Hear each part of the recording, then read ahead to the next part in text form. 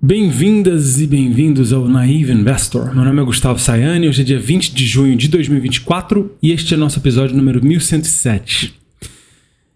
Eu estou um pouco atrasado em responder aos comentários que eu recebo no canal, mas hoje eu vou reagir a um, tá? Então o César, caso eu não tenha me enganado, César, comenta: opa, tem interesse numa atualização da SER, que eu acredito ser a SER educacional. O EV sobre EBITDA hoje está em 2,7. Me parecendo ótima oportunidade ainda. Valeu. Valeu você, César. Bom, vamos dar uma olhada na SER. Eu vi que eu não tenho os números de 2023 dela. Ela é interessante porque ela é do setor da Cogna, que eu fiz o vídeo, talvez seja até um vídeo da Cogna que o César comentou, que é o setor educacional, né?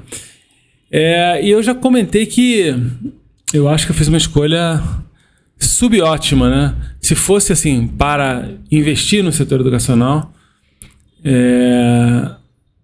tanto pelos fundamentos quanto pelo resultado dado depois, eu cometi um erro, né? E eu lembro exatamente qual foi um dos erros, né? De não ter visto o tamanho do intangível. Porque quando você vê o balanço, via o balanço da Cogna, parece um balanço bem seguro e tal. Mas a Cogna foi crescendo por aquisição, e vai aparecendo no balanço isso como um intangível, que é esse valor estimado das empresas adquiridas. Só que esse valor só se realiza se essas empresas dão resultado, né? Esse valor era muito grande, né? E essas empresas não agregaram. Então isso foi um erro, e foi um erro também ter persistido nisso, né? Sem uma vantagem mais marcada de conhecimento sobre os prospectos dessas adquiridas, tá? Enfim, parte do aprendizado, felizmente compensado por outros acertos. Mas, então a SER, né? Obrigado, César. Então o que nós temos da SER aqui, olha? Sim, comentar um pouco sobre Enterprise Value sobre EBITDA, né?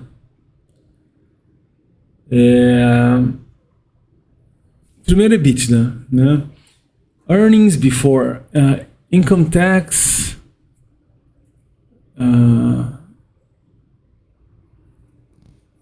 como é que é mesmo? Amortization. Nós deu um branco aqui, mas vamos lá. Depreciação e amortização. Eu tinha esquecido do que era o D em inglês. Depreciação. Então, é um cálculo que é muito questionado pelas pessoas que eu mais admiro e sigo, né? Porque é o lucro depois de algo que você tem que pagar, né? Então, digamos, é o lucro operacional, né? O fluxo de caixa operacional, tudo bem. E assim, tem alguma importância se ele vai aumentando. Mas você tem que pagar juros, imposto, depreciação e amortização, tá? É um pouco questionável. Enterprise Value seria o preço do market cap mais o preço da dívida, né? Isso aí até aí tudo bem, porque se o market cap é baixo e tem pouca dívida, né? É um valor baixo. Vamos ver aqui então. Então a SER tinha uma dívida sobre patrimônio de 0,62, que era uma degradação desse número, assim, pensando isoladamente, frente aos anos anteriores. Ela contrai bastante dívida aqui, né?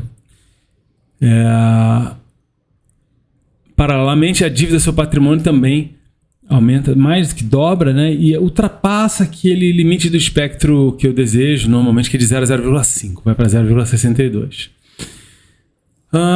Passa o seu patrimônio vai a 1,74. São números aqui que, isoladamente,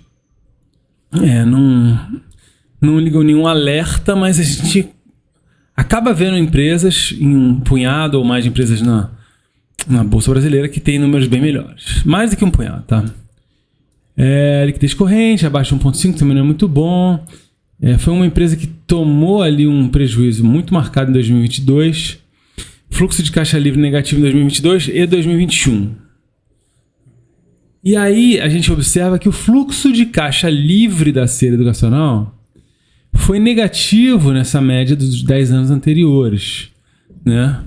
E até que ele foi positivo na média dos 5 anos até 2022, né? 131. É notável aqui... Ah não, o market cap está aqui. Se for considerar esse market cap de 409 para um fluxo de caixa livre médio de 131, essa empresa está à venda por 3,12 anos desse fluxo de caixa livre.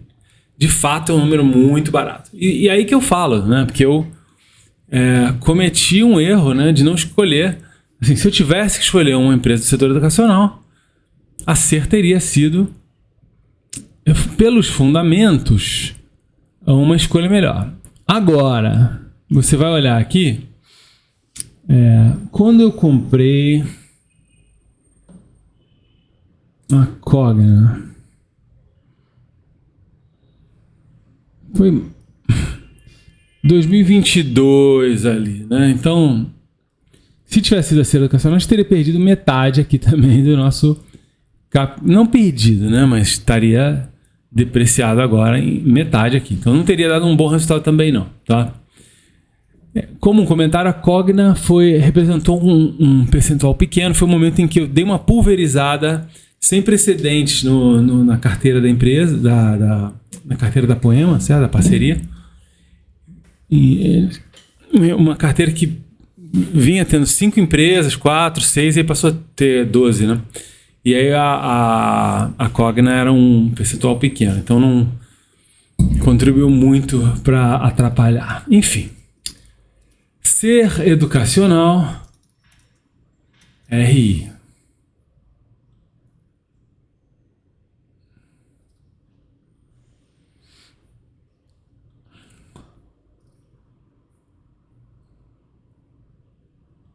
Opa, não era essa. Era o DFP. Tá aqui. Mais ou menos que 13. Aqui está o patrimônio, 1.209 bilhões. Então,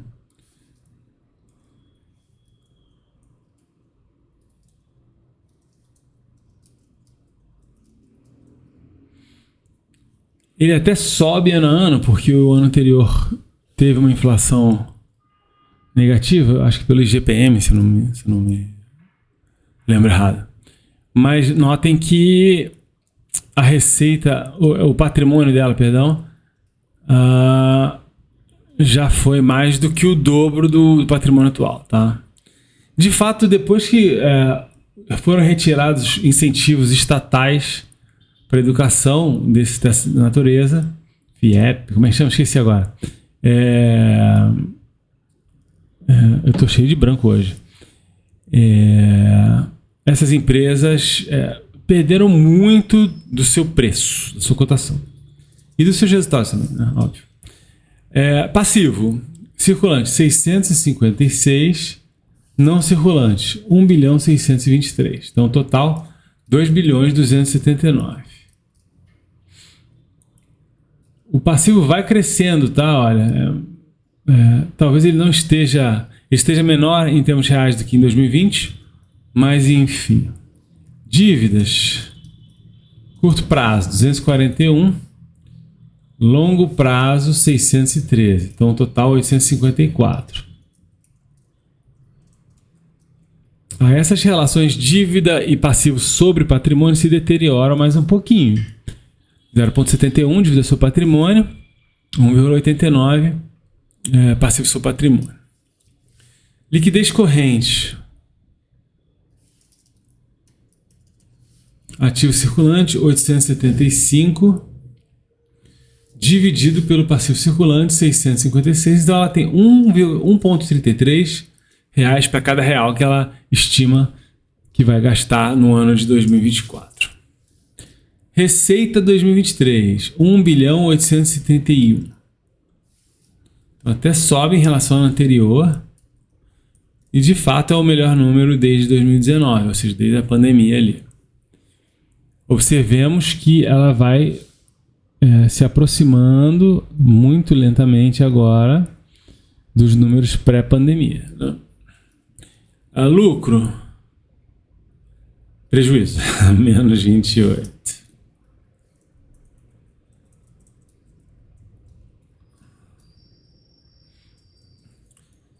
E finalmente aqui, nessa coleta de números básicos, fluxo de caixa livre. Então o operacional foi de 160 milhões. E o de investimento menos 154. Essa conta é fácil. 6 milhões. Então notem como são resultados pouquíssimo entusiasmantes, né?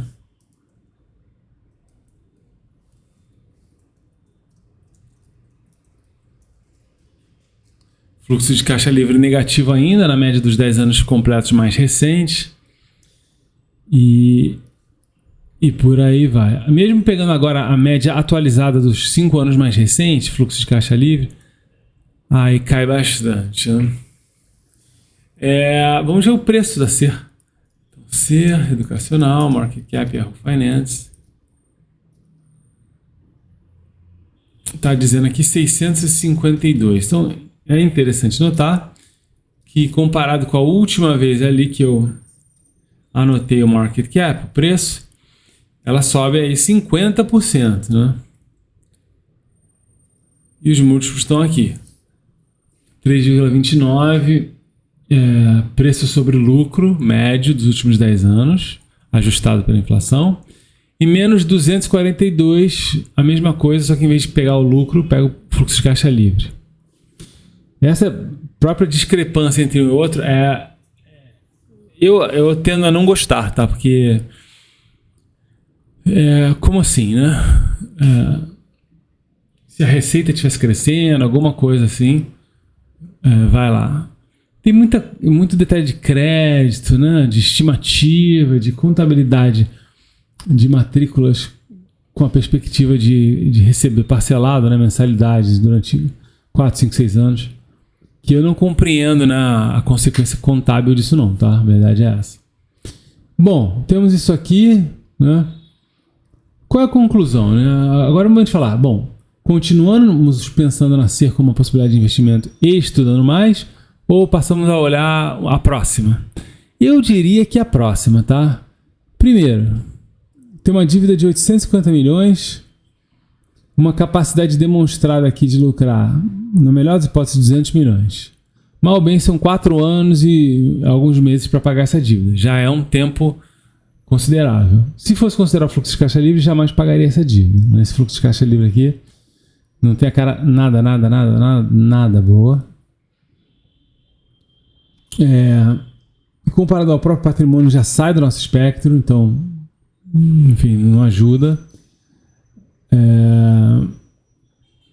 E assim, se for considerar isoladamente preço sobre lucro dos últimos 10 anos, parece barato. Se for olhar dos últimos 5 anos, parece não parece interessante. Agora, é esse setor que uma canetada muda tudo, muda toda a perspectiva, né? E aí, se alguém tem motivos para acreditar que... Porque a gente, né, quando entrou o governo do Lula, que o PT tinha colocado amplos incentivos à educação, né, lá atrás, né, nos primeiros 2 governos do Lula e Dilma, isso existia.